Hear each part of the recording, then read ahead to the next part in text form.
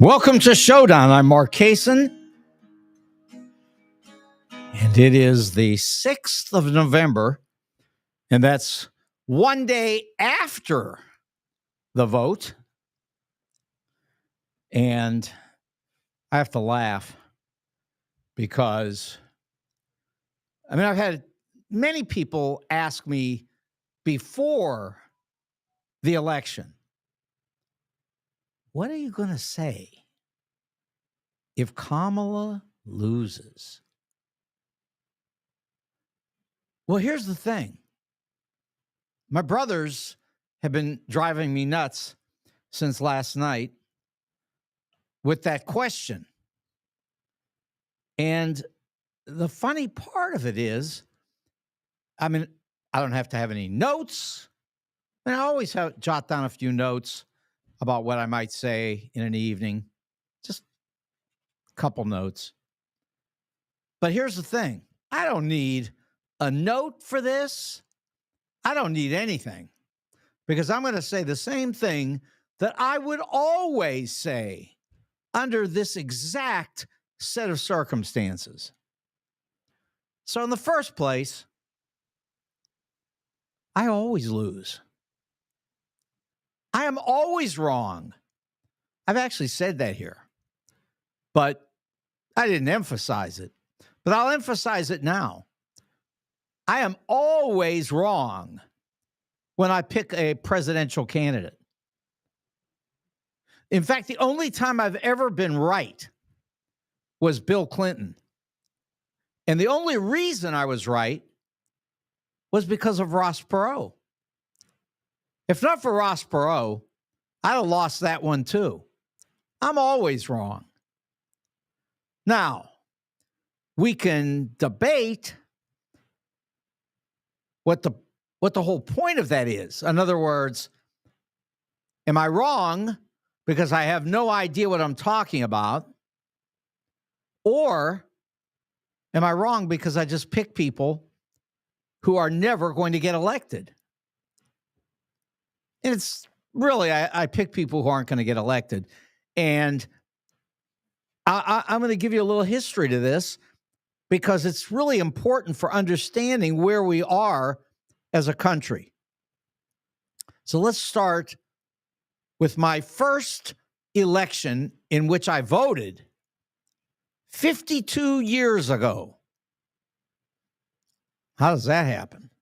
52 years. That's crazy. Okay. So 52 years ago, I voted for George McGovern. Now, I knew that George McGovern was the best person that could be president at the time. He would have been a fabulous president. And of course, he ran against Richard Nixon. Well, that's sort of an interesting set of bookends here. Richard Nixon, who was a criminal. And then, of course, Donald J. Trump, who is a criminal. Again, just because he won the election, and he won, there's no getting around that. This is not, he might have won, or it was rigged, or, it could have been counted better. No, the man won. So did Richard Nixon. Richard Nixon was a crook. Remember what Richard Nixon said? Put up his fingers, his victory fingers, and he said, "I'm not a crook." And of course, it turned out he was a crook. Now, in the case of Donald, who, by the way, is not through messing with this country in any way. His whole story today is that he's going to get his people with the Justice Department, and they're going to get rid of all of his cases, all of his convictions, everything. It's all going away. It's not going away. It's not going away. Now, it's true at this point, he won't be going to jail. But don't get too carried away. He's not going to jail for the next 4 years. He'd better be careful, because if he lives to be 83, he may find himself in jail. But that's another story. And he belongs in jail, of course. I mean, look, he's a rapist. We know that. I mean, you'll get all these people say, no, he's not a rapist. No, it wasn't a criminal case. Hey, listen, that judge, and you can pull it up on Google right now, that judge said the jury found that he raped E. Jean Carroll. And as a result, he has to pay her $90 million.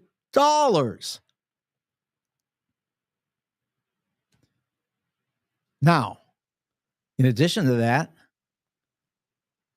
he was found by the state of New York to have lied and deceived insurance companies and banks, for which he now has to pay $500 million. I mean, this isn't like a $10 fine. This isn't like a parking ticket. I mean, if you think Richard Nixon was a crook, and he was, this man is a crook. 34 felony convictions. 34 felonies. He's a criminal. Now, it is true that this criminal is the legitimate president of the United States. But like I say, when I pick people, generally those people I pick lose. And the reason that they lose is because, as I've always said, I mean, I never hide this, I am a radical leftist. All the things that they call people all the time. I mean, they called Kamala a radical leftist. I would say she wasn't. But I certainly am. There's no question about that. Now, it's not that I want communism. That's silly. I'm a capitalist.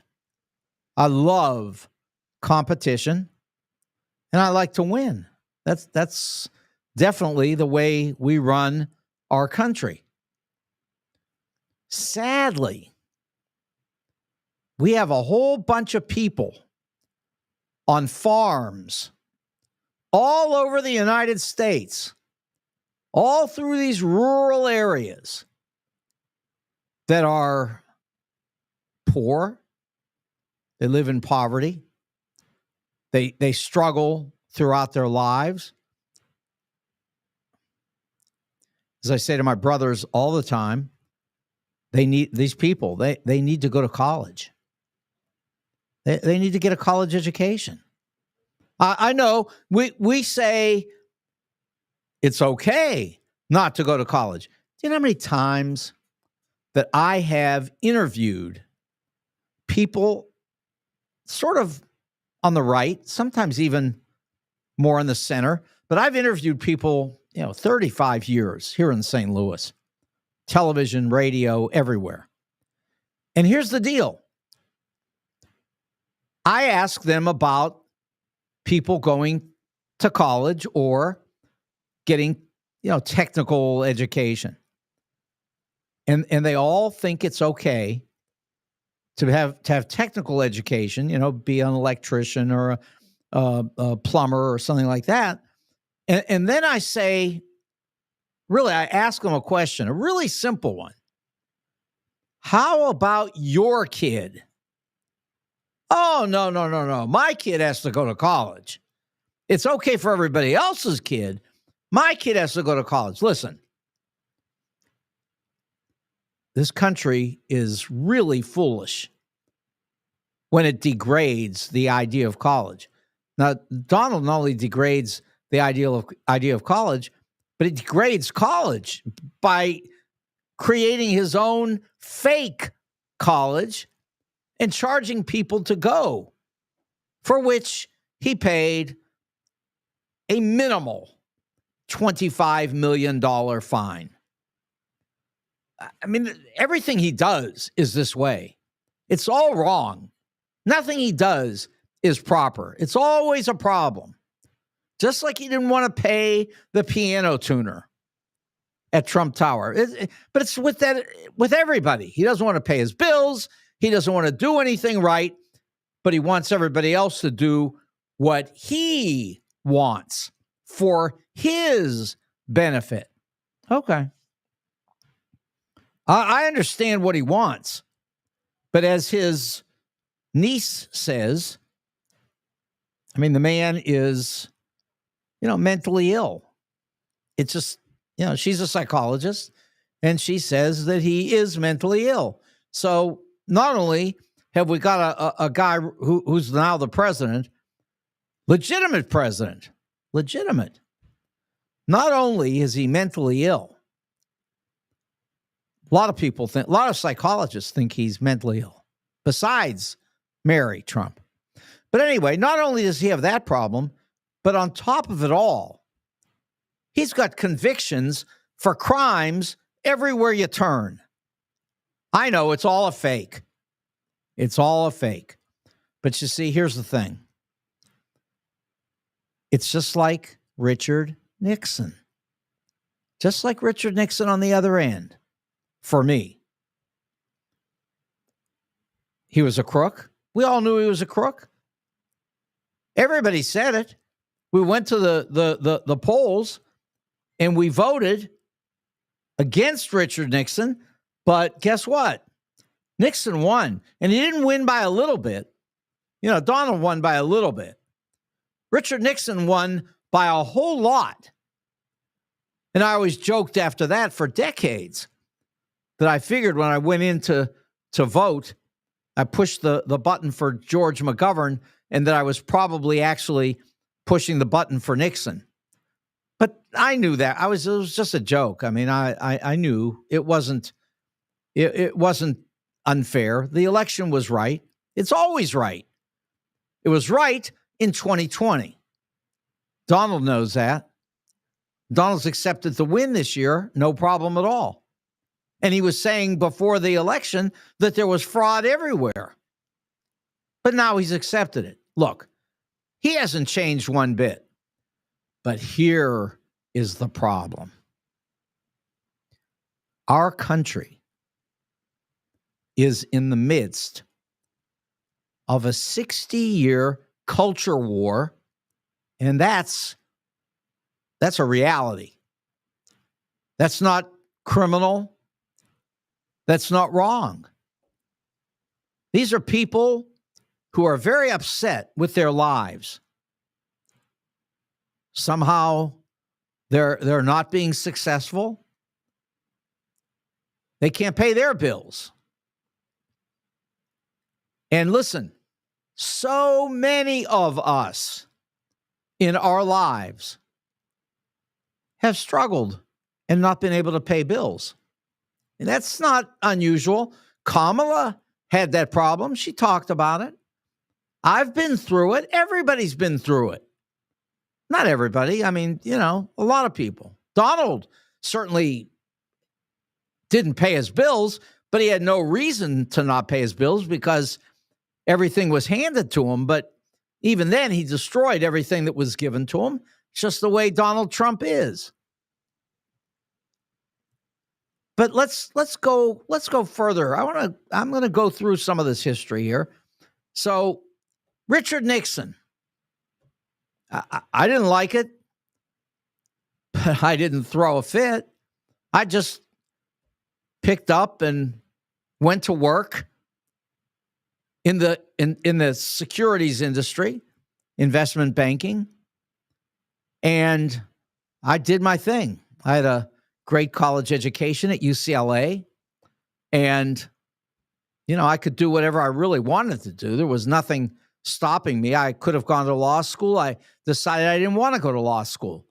I enjoyed the markets, and I decided that's what I was going to work in, and I did.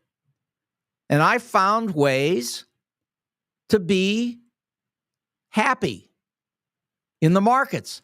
And that's not easy because, believe me, the markets are very tense. It's a very difficult thing to do.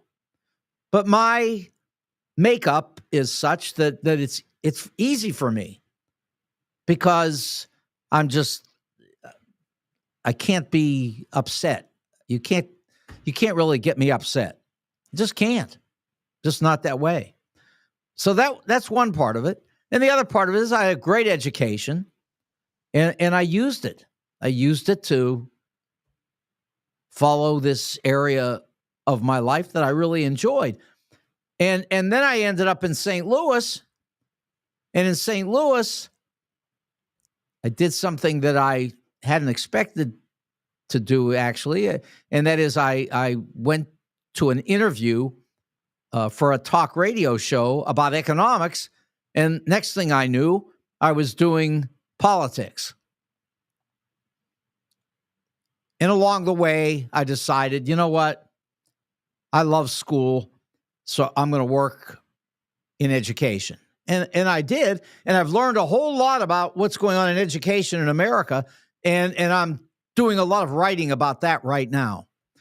And believe me, what I'm writing, people are not going to jump up and down and say, Kaysen, you figured it out. No. They're going to say, Kaysen, you're an idiot. Because I'm going to tell you right now that there's enough racism in this country that ruins the opportunities for so many of our inner city young people that it's disgusting.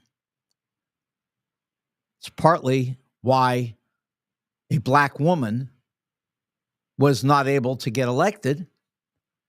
And I heard, even on the way in here this evening, a Latino man from the media who was talking about the interviews that he did. And in those interviews, he found other Latino men saying, absolutely not. I'm not voting for a woman because no one will respect her. Guess he didn't respect her. So the funny thing about it is we got a messed up country. We do. And I have my viewpoint. I listened to Kamala. I thought she did a tremendous job. I'm hearing people here and there second guessing what she did. And as far as I'm concerned, that is nonsense. It's this huge group of uneducated people in America who just don't want a woman running anything, and certainly not a black woman. Now, I know we got Barack Obama elected. That is true. But as for a woman, it's even more difficult. And if you think that it's not difficult just by virtue of being a woman, just go back and check out what it took to get the women the right to vote in the first place. The amendment that gave them the right to vote failed the first time, failed the second time, failed the third time. Finally, they passed it. Men did not want women to vote. I talk all the time about my disdain for men. I've been saying that forever. Yeah, I got a thing against white men. That's true. But just men in general, that's a problem too. I've done programs on the air. People say, what do you got against men? Here's one for you. Why would a man do this? Listen to this. Woman's walking down the street. A man's in a car. And he yells out of the car, "Hey, babe." Now, you know that no woman wants to hear that nonsense, and the men do it anyway. So I'm going to say, yeah, they're sort of stupid too. Women are very smart, very capable. I don't understand this thing because if I were going to have anybody run in this country, it would be a woman. These men are a mess. Okay, so we'll get off of my attack on men, and let's go back to how I manage to get it wrong in every election. In 72, Richard Nixon did his thing. In 76, 80, 76 and 80, I wanted Ted Kennedy. Didn't get him. Got Jimmy Carter. And here's the thing. I was never happy with Jimmy Carter. I didn't hate the guy or anything. I mean, I liked him as a guy. He was a nice guy. But Jimmy Carter was, right down the middle. I'm not right down the middle. I don't like that. So I lost that one. And of course, Ronald Reagan, forget it. I mean, I spent my whole life fighting against Ronald Reagan in California, where he was the governor and I was at UCLA. I wouldn't even allow for Ronald Reagan to sign my diploma. Now, I know it was immature, but it didn't matter. I just didn't want Ronald Reagan's name on my diploma, so I eventually found I could get Jerry Brown, and I took that one. So I like Jerry Brown. So I got his name on my diploma. Okay. So, I mean, I know it's immature. I don't care. I was young. Okay. So then, Mondale, nah, I was for him, but that didn't work. I'll tell you who I got. I finally got Bill Clinton. But the only reason I got Bill Clinton was because of Ross Perot. Ross Perot took 19% of the vote, yanked it all away from Bush, and that was the end of that. So I got Clinton. I like Clinton. I still like Clinton. Clinton was the smartest man in the room, except for, I was right. He was the smartest man in the room. But also, if you counted Hillary, then she was the smartest person in the room because she was always smarter than he was. But, he was brilliant. He knew what he was doing. He was a very sharp person. I know he had some problems morally. That's true. But that was Hillary's problem. And that's all. And then they said things about him. But the bottom line is I liked him. And I got him. But then after him, forget it. I couldn't get anything anymore. I was for Hillary over Barack Obama. Now, of course, I was for Barack Obama to be president, and I was upset with Barack Obama for 8 years because I always thought that he needed to take the fight to the Republican Party, which he often did not do. But I liked him. Good guy. He's not afraid anymore, but not running anymore. So again, like I say, I've been through this for 52 years. Kamala is just another one. I mean, I get all excited about these people. Ted Kennedy, didn't happen. I'll tell you this. I feel sorry for AOC because she's next on my list. I can't wait for AOC to run for president. I hope that doesn't ruin her chances. But she's pretty progressive. And I think that by the time she runs, you're going to need somebody pretty progressive. So let's talk about the economics because that's where the problem is. And that is going to bring me to the point of responding to Greg. Because Greg's had something on here for a little bit. And he said to me, how's that market doing, Mark? DJT up 5%. Well, DJT is up 5%. But be careful because if you think that tells the story, I mean, that's like the guy who goes to a 26-inning baseball game, which there was one, Boston Braves. Anyway, 26-inning baseball game, and the score is 0-0.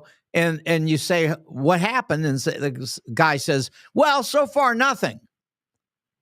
Well, that's not true. Plenty happened. So let's back up and talk about DJT, which is a fake company, which, as it turns out, even I'm surprised how poorly it's doing under the circumstances, because it's up 5%. But get this. It's currently trading at $34 a share. 34. Last night was trading at $47 a share. So it is down $13 a share from last night. Last night was the big reaction to Donald winning. And the stock exploded upward and then dropped 30%. 30% in a day. Trust me, this is a very dangerous little vehicle, which I know Donald's crossing his fingers and praying on his Bible, the one that he sells for $60. And he's hoping that he can get himself out of this thing and get some money in his pocket, because essentially the man is broke and always has been. We know he owes $2 billion, and that is rising rapidly. So, what does he do? He begs the public to send him money, which they do, because, well, you know what he says about the military, that they're suckers and losers.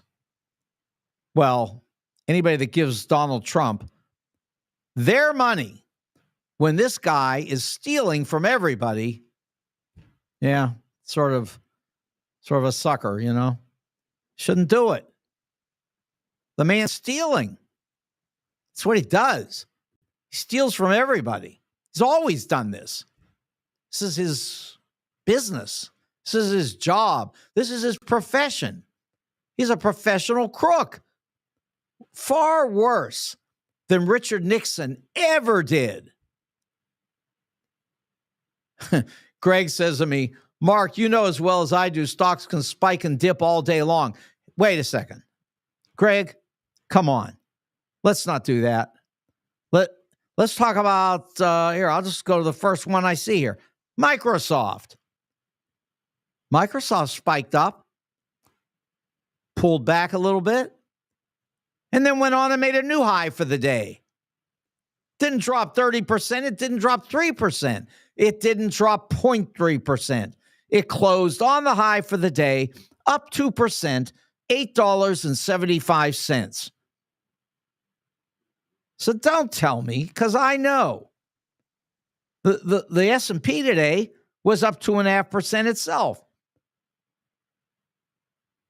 Closed at 591 and then advanced another 62 cents after the close. That's not what Donald's stock did. Donald's stock got slammed, and for good reason.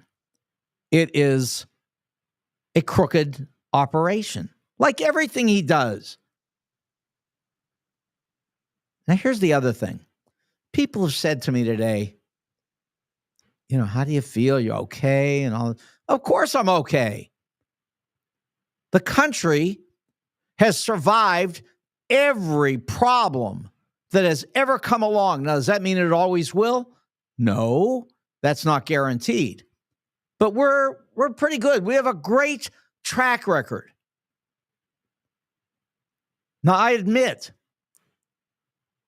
Donald is going to do everything he can to turn Ukraine over to Russia. So I don't know where Ukraine's going to end up.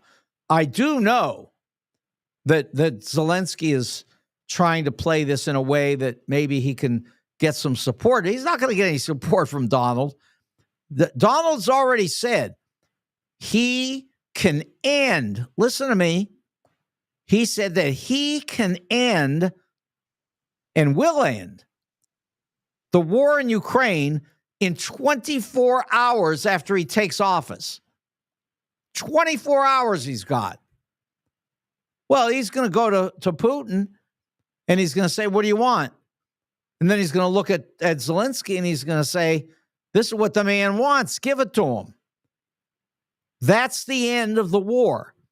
Because if you think that Putin is going to go to Trump and say, sure, I'll give back all of Ukraine. Well, I'll tell you, let's take that bet. That's not what's going to happen. Trump's going to turn over Ukraine or a large part of it to Putin. It's just what he said. He's going to make the deal. 24 hours. He's going to end it. And that's the only way he's going to end it in 24 hours, unless he does that 2-week deal. It'll be over in 2 weeks. And then 6 months later, give it another 2 weeks. It'll be done. I know the story. We've already been through this movie. But, hey, he's got a lot of ways to play it. And I understand people without a college education get sucked into this because they are fearful and angry. Fearful and angry. I don't know what they're afraid of, and I don't know what they're angry about. I have no idea. Now, that's why I'm radical left. I don't understand all that mess. I understand this. You could go to college. You can get a college education. You can get yourself a really great professional occupation.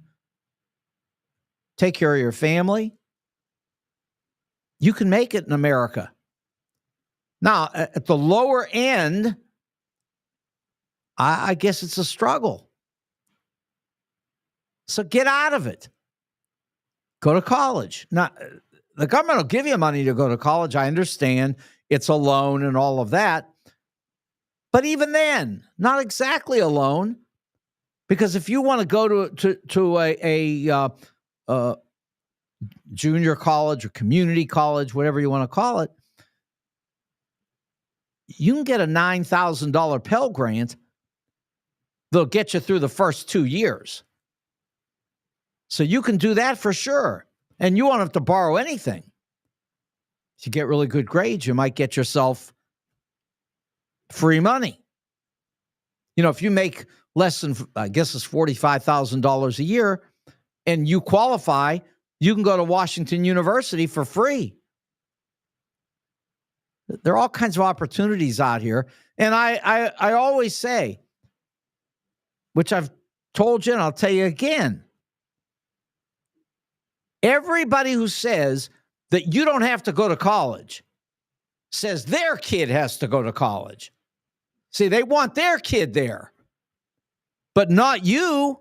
You can be on a farm and struggle, but they want their kid at a university.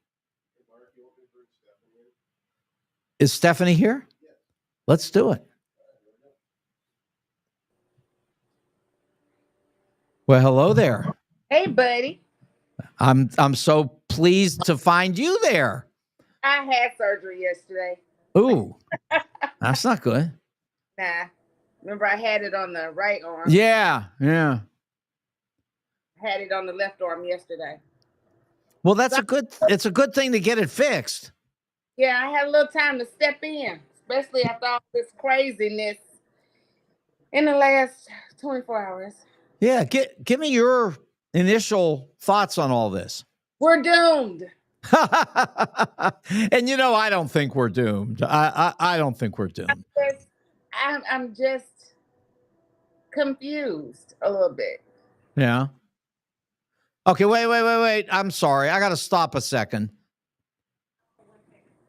Somebody's written up here another one of these Trump lies. So let's stop that right now. It says 20% of the black vote was for Trump. Absolutely not. The vote for Trump was the exact same vote for Trump as last election, and it was 12%. That is it. 12. So let's get off this nonsense. That is exactly the wrong story.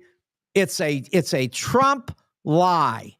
Okay, so now go ahead, Stephanie. I'm sorry, I had to stop that. It's still going. Mm. Anyway, I'm just confused about the whole thing. But it is what it is. They voted. The majority of the people put them out there, put them back in office, and it's a matter of just waiting and seeing. Okay, now let me back up a second here again. The AP is not reporting 20% black vote. They are not. That is absolutely a straight out lie. It's just a lie. It's not true. It's 12%. And Steve Kornacki went through it very specifically last night. Now there might have been a 20% of black men voted for Trump. But the black vote totally, here, let me ask you this, Stephanie. Are you black? I was born that way, I believe. Yeah. So even though you're a woman, you still count as black. I still count as black. That's what I thought. Okay. So yeah, I mean the overall black vote was 12%. Steve Kornacki, NBC News, and believe me, Kornacki knows what he's talking about. Go ahead, Stephanie. I'm sorry. I mean, I'm looking at this person, and they're talking about 24% of black men voted for Trump, and so on and so forth. My issue along with all this is, regardless on who voted, how they voted, people have their right to speech, and they have the right to vote. My thing is what are we exactly voting for? That's just like historically, they were constantly saying that Trump did so much for the African American people. No, he didn't. He did worse than any president could ever do for the African American people. And we put him back in to what? Give him another chance to make it worse than what it was the first time. I'm still confused. So it is what it is. Like you said, at this point, it's time to just sit back and see where it goes from here. Yeah. Well, by the way, we can do that certainly, but at the same time, I'm not sitting back, okay? Because I'm doing the same thing I've done for 52 years since my first vote, which is to always fight back against the number one malady in America, the number one thing that kills everybody in this country, and that is racism. It kills black people. It kills white people. Everybody involved in it dies from this, and it's the number one problem in this country. Now, number two, I can tell you right now, this is Donald's a genius. He picked RFK. Picked RFK to be in charge of healthcare. Well, isn't that brilliant? Because he wants to end all vaccinations so that we can end up with measles and polio and all the rest of this. The man is crazy, And then on top of that, he wants to get rid of fluoride. And one person responded to that and said, "Well, I hope he's got a plan for getting dentists." Well, my thing is that I heard, I'm not a big news person. Everybody, I don't like to watch the news, so on and so forth. So I get a lot of the stuff by just reading it, sometimes if I get the feel. But what I think I read the other day was that he was trying to get rid of vaccinations. And I'm sitting up here and I'm like, okay, I get it, people, but I don't get it. Everybody freaked the hell out when we had COVID. I mean, freaked out. And then come to find out that as soon as President Trump got COVID, then we have things getting sent over to Russia. And then we have people who just died when they could have actually gotten help with respiratory equipment, so on and so forth. Okay. My Now I'm going to stop you for 1 second, Stephanie, because I got to do some quick business, and then we'll finish this thing up. okay. So let's talk about dinner. 440, great time to be thinking about a fabulous meal at Wenty's. Now, Wenty's is at 18,000 Chesterfield Airport Road. And I can tell you right now, they've got great food. They've got wings. They've got the smoked meat. They've got uh, hamburgers, cheeseburgers, patty melts. Last night, I know that Greg was talking about French dips. So, yeah, that's also great with the roast beef. I can tell you that they've got salads, they've got pizza, and I love the baby back ribs. They are terrific. And on top of that, they've got the onion rings. And when you put it all together, you have a great restaurant, which is created by and run by Ben and his wife, and they just have a terrific business. And you can get there at 18,000 Chesterfield Airport Road, or you can go to Highway 94 in Defiance, and that'll get you the same great food at Wenty's Roadhouse, 2999 South Highway 94. You'll love Wenty's. Now, if you want jewelry, you go to 4506 Hampton and you find my friend Al, and Al will just work with you on everything, designing jewelry, just looking at all the jewelry they've got there. They buy and sell jewelry and coins, everything. It is terrific. Great business. Al and his son AJ, they're both there, and plus a nice staff. You can do it. Go there, and don't forget, they'll fix your watch too. That's 4506 Hampton. That's Jules on Hampton. Now, my suits, I think you would say, Stephanie, I dress nice, right? You do. Yeah, I dress nice. Now, it's only because the St. Louis Suit Company tells me what to do. And the St. Louis Suit Company has been there for 30 years. Yeah. My color blindness, no problem. They tell me what to match up. Everything works because of the St. Louis Suit Company. They're on the corner of Central and Forsyth. 30 years there. And if you're getting married, they are terrific when it comes to wedding attire. They're number one in St. Louis for it.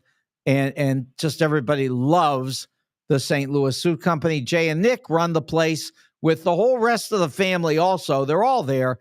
And it's just a great business. And you could feel the chill this afternoon. So I'm just saying, go get yourself an overcoat as well and try to keep warm. And you'll be fine. And you'll be ready for their whole new summer outfits that'll be coming, 6-7 months down the road. That'll be fine. Anyway, it's the St. Louis Suit Company for 30 years. They know suits. Right. Now, how about Italian food? Nothing like Telena's. Telena's is the best. They're at 141 and Olive in Creve Coeur, right next to the Deerbergs over there in that plaza. And I can tell you, their spaghetti and meatballs, so good. Just the best. Now, I would say, I'm just going to tell you, all of their Italian food is the best. Now, I know everybody loves Italian food. They go to different favorites. Telena's has been there for 40 years. That's not 30, that's 40. They've been very successful. Everybody loves it. And I'm just going to tell you, whatever you eat there, get the spaghetti and meatballs, and you'll come back and say, Kason, that is unbelievable food. And it is. Telena's. Okay, so Steph, I know everybody's all bent out of shape today, Well, I'm not but been out of shape. I guess again, my thing is that when you look at it historically, where are we actually going? You know, I can say I was one of those children. We're talking about the racism here. I'm steadily reading. all of this mess that's coming up, but okay. Anyway, I was one of those kids that dealt with racism. My parents made it very, they made my life much better than what a normal person or a normal black person in the 80s or born in the 60s would actually go through. My parents fought, made sure that we went to the best schools, made sure we had the best education. Um, and attending one of those schools, I had to deal with racism for the first time. And thank God I was at that time a teenager, which is when and a lot of people who don't know anything about being black in America, I was not raised to see color at all. I'm the second generation of a mixed couple, so a lot of my cousins, first cousins, had blonde hair and blue eyes. And we were together all summer long, and then they would go back to uh, where they lived in Chicago, so on and so forth. So I didn't see race. My father's mother is mixed, and her skin was, as you've seen her, Mark, her skin was lighter than yours. And to not see that and then all of a sudden experience it, it took a humongous toll on me. I would say out of my life growing up, that would have been the worst. But I learned from that. And what I've learned from that, being and growing up and living in such of a multiracial family, is that racism is taught. You don't become born and then say, oh, I hate blacks, oh, I hate Jews, oh, I hate this, I hate Mexicans, I hate you. It's taught. And when you have someone high in power consistently making racial statements, racial slurs, backing a lot of people who do not like certain people because of the color of the skin, is where you have a lot of hate. I don't have hate in my heart, even towards people who have been racist towards me. I can't have hate in my heart because I have to look at it and realize is that that person needs love. That person needs to understand that I bleed just like you bleed. It comes out red the same way. Um, and we have to fight together. Irregardless on who our president is today compared to who they were yesterday, we have to fight together to come together. We're going to lose our own country because of hatred and racism, not because we love and support each other. And Yeah. that's what breaks my heart through all of this. Yeah. Well, I don't think we're going to lose the country very quickly. I mean, I admit that throughout history, countries rise and fall, and I can't tell you when it's going to happen to the United States, but I just have a sense that the United States is going to do just fine. I think that we have a lot of very ignorant white people who are dangerously xenophobic, and they have this tremendous hatred. But I don't even hate them. I generally get along with everybody, and in fact, I do get along with everybody.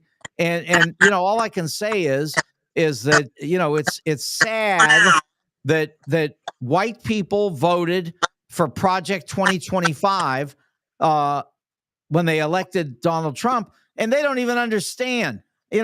Trump is going to end the Department of Education. He's going to fire thousands of civil service workers and install people that he says he can trust. And listen, I'm not just making that up or reading that in a book. Donald's been saying it. You can find it all over the internet. He says he's going to fire all these people and he's going to change the civil service system, which has done a great job for the United States for how many decades? It's just stupid. But go ahead, Stephanie. I'm kind of curious. Someone just typed, I don't know who DRC is, but I need you to reiterate to me what you mean by "we were freed last night." They don't know. I need to know who is we, because as a black woman, I'm still right. Still not as a black woman, as a black race, and I don't see anybody that is African American, black, or whatever you want to call it, who has the same color skin as I am. We're still not free. Yeah. We have never been free. Well, see, here's the thing. there are a group of white people, and it's a large group throughout this country, who think that they have been mistreated. And that is so ridiculous. These white people, I mean, they're essentially supremacists. And They don't, America's not free.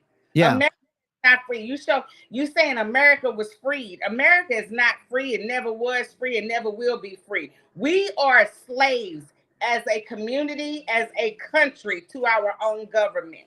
I'm sorry, I have to disagree with whoever you are. I don't mean no harm and no disrespect. yeah, But and this country is far from free.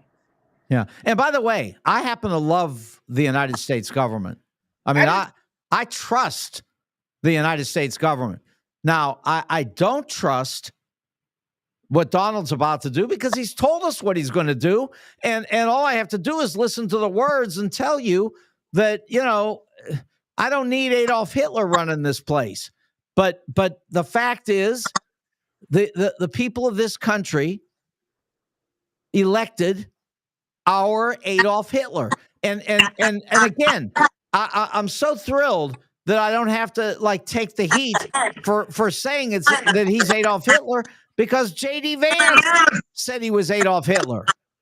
J.D. Vance said he was the American Hitler. That's J.D. Vance. I agree with Vance. Vance, I guess, forgot that he said it or something. But and let's not forget, his wife said that he used to read the speeches of Adolf Hitler before he went to sleep every night. So, that's another story. But look, it doesn't matter. He is now the legitimate president. And Steph, unfortunately, and this is a totally different part of me, and that is my economic knowledge. And here's the deal. We're headed for a bust in the stock market, and you can bet Donald's not going to have the slightest idea what to do about it. He's going to handle it like he did COVID. He's going to end up as our 21st century Herbert Hoover, and we will have to go and find a Franklin Roosevelt to pull us out of this mess. Now, you watch. That's coming. And I'm not just making that up. I know the numbers. The numbers are bad. And let me say also, interest rates overnight and through this moment have gone through the roof.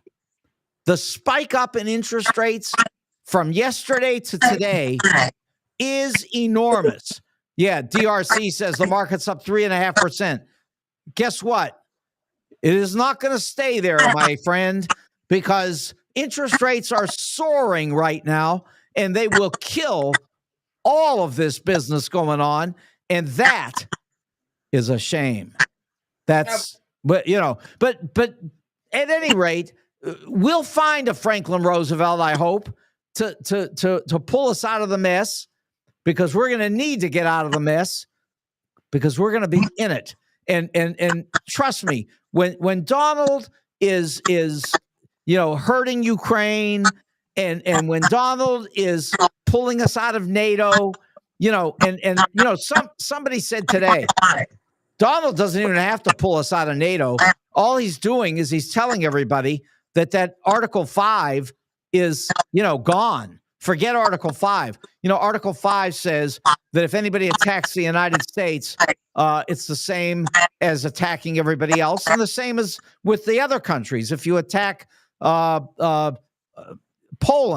then it's the same as attacking all 32 countries in NATO. Donald says Article 5 is gone. Now, after that, well, that's NATO. So, what's going to happen to Taiwan? I mean, Donald doesn't care. And he wants to throw these tariffs on everything, which is the biggest joke. And that's why the people at Wharton said that he was the worst student that they ever saw at Wharton. Go ahead, Steph. Well, again, I don't agree. I don't disagree. I guess I'm again, just still concerned. We will be watching, paying attention, hoping we didn't bite our own hand this time again. But we'll see. I give everybody a chance. I mean, we'll see what Trump has and see what he has to offer.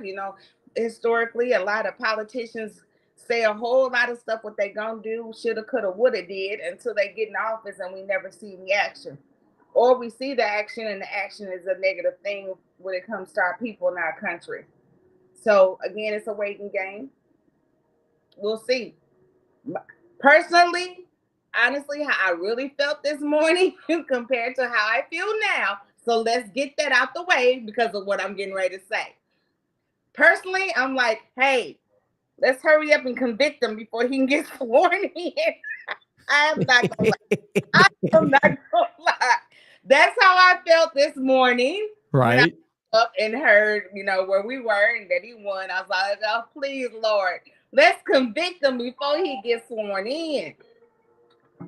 Yeah. Well, I will tell you, Steph, it was really cute at school today because all my kids at school came up to me. And I might say kids, these are grown-ups. Okay, they're giant, they're 7 feet tall. But at any rate, and I'm little Mark Kaysen. But at any rate, what they all came up and they all wanted to give me a hug, and they all said, "You okay, Kaysen? Is everything all right?" Guys, everything's okay. I always lose. Relax. I'm not crying about it. We got rid of Richard Nixon in 2 years. I don't know that Donald will make it 2 years. And after that, he'd better be careful because once he's out of there, the whole jail thing comes back. So, yeah, that's what's going on. And Greg, you're sitting here talking about DJT, and I'm telling you this. In the time that we've been on the air talking about it, it's already dropped $1.50 again. It's already down to $33 a share. And I can tell you this, I'm not going to bet you on the stock market because I don't take people's money. But he thinks in 6 months that the stock market's going to be going berserk straight up. And I can tell you right now, it is going to get slammed. And as far as it's going to be okay, DRC, guess what? It is going to be okay for me. I'm worried about for you. It won't be okay for you. It will be okay for me. I know what I'm doing. You have any last words here, Steph? We're down to 2 minutes. God bless America. Well, sure. I'm with that. And here's one for you. You know what we used to say when we were kids? We used to do the flag salute. Okay, we were in Los Angeles, and we were, 15, 16 years old, and we'd go through the whole, pledge allegiance to the flag, blah, blah, blah, and we get to the end with liberty and justice for all of those who are white. Isn't that how it works? Well, yeah. Last I checked, that's the way it worked. The teachers hated when we did it, but we did it because we wanted to be honest. We all these, like you say, you don't see color. Oh, I see color.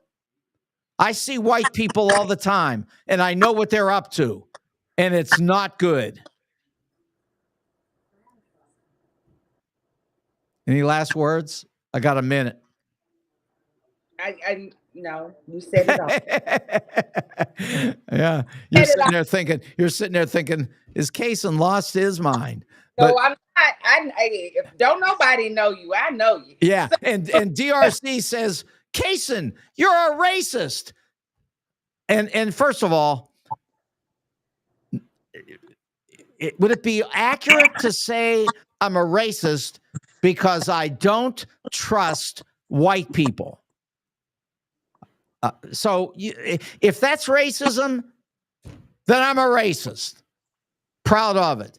And let me tell you, one of the things I need to do is I need to apply for when Donald really gets in there to see if I can get, when he sends us all off to camps, I want to go to one of those camps with the journalists and all those people. Okay, listen, I got to get out of here. For Wenties. For Jules on Hampton, for the St. Louis Suit Company, and for Telena's, I'm Mark Kaysen with Stephanie. This is Showdown. Good night. Good night.